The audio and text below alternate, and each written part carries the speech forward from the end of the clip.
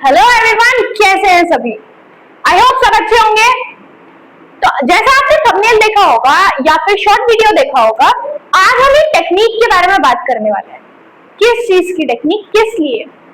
Wait, हमने जैसे इस बात पे चर्चा करी थी कि हम स्टूडेंट्स जब चैप्टर पढ़ते हैं तो हम बेसिकली जब रिवीजन करते हैं तो आधी चीजें भूल जाते हैं। ऐसा क्यों होता है? और रिवीजन करते टाइम ऐसा नहीं है कि अगर हमारा 10 पेज का चैप्टर है तो हम 10 के 10 पेज लाइन टू लाइन पढ़ें, बिल्कुल नहीं होता ऐसा। तो ऐसी कौन सी टेक्निक है जिसे हमारा दिमाग याद रखेगा? एक चीज, our brain remembers the connections not the random information. I think आपने लाइन कहीं सुनी होगी। तो हमारे ब्रेन को रैंडम इंफॉर्मेशन याद नहीं होती है। मान लो मैं अभी आपको कुछ बता दूं तो आपको अभी के अभी याद नहीं होगा, उसको कनेक्शन चाहिए होते हैं। कनेक्शन, वाईफाई का कनेक्शन नहीं, कनेक्शंस इन द सेंस मतलब एक से दूसरी चीज कनेक्ट होनी चाहिए। लाइक अ ट्री, ट्री से ब्रांचेस कनेक्ट होती हैं, वैसे ही एक टॉपिक से उसके सब टॉपिक्स कनेक्ट होते हैं। अब वो टेक्निक क्या है?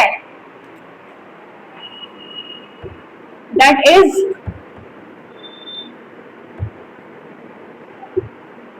Mind map. Now, what is mind map?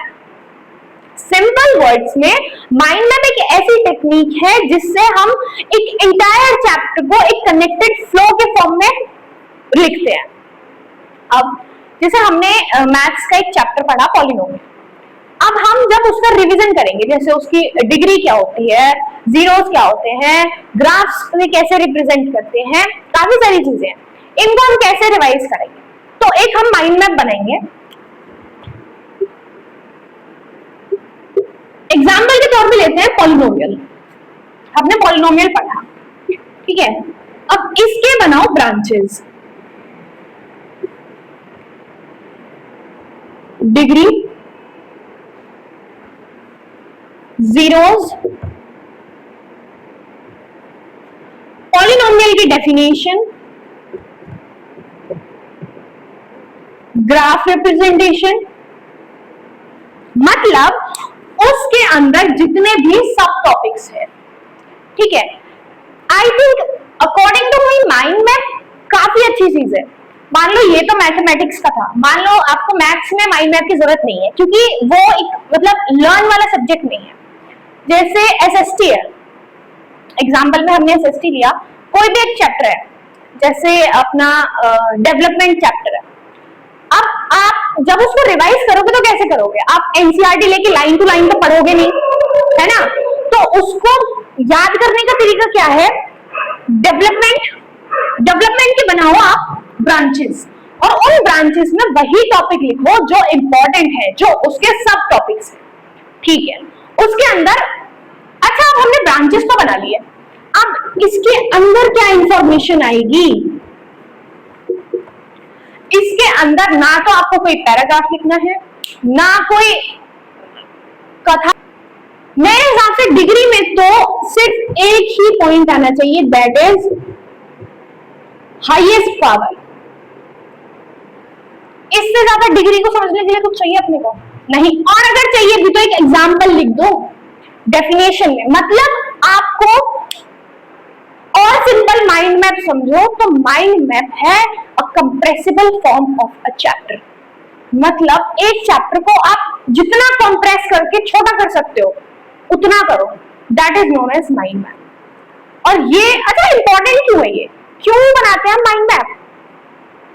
सबसे पहला बेनिफिट तो फास्ट रिवीजन।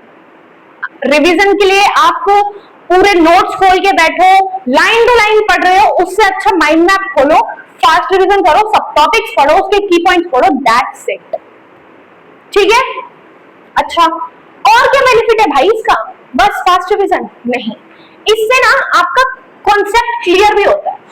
मान लो आप ऐसा तो है नहीं माइंड मैप बनाने के लिए भाई आप 3-4 बुक लेके बैठो उसमें से बना रहे हो माइंड मैप, नहीं। मान लो आपने पढ़ लिया एक चैप्टर, उस चैप्टर का नाम लिखो सेंटर में। आपको लगता है, मेरे हिसाब से आप कहीं से कॉपी करके ना बनाओ तो ज्यादा अच्छा है। ऐसा होता है कि किसी और वेबसाइट से बना लिया आपने कि उधर उन्होंने हमें माइंड मैप दिया था, हमने वही कॉपी में छाप लिया। नहीं, अपना माइंड मैप बनाओ, क्योंकि वो आपको लॉन्ग टाइम के लिए याद रहेगा कि हाँ भाई हमने बनाया था। चैप्टर का नाम लिखो सेंटर में, उसके बनाओ ब्रांचेस, और उन ब्रांचेस में लिखो उस चैप्टर के मेन टॉपिक्स, सब टॉपिक्स, ठीक है। अब उन सब टॉपिक्स के अंदर जो मेन की पॉइंट्स है वो लिखो।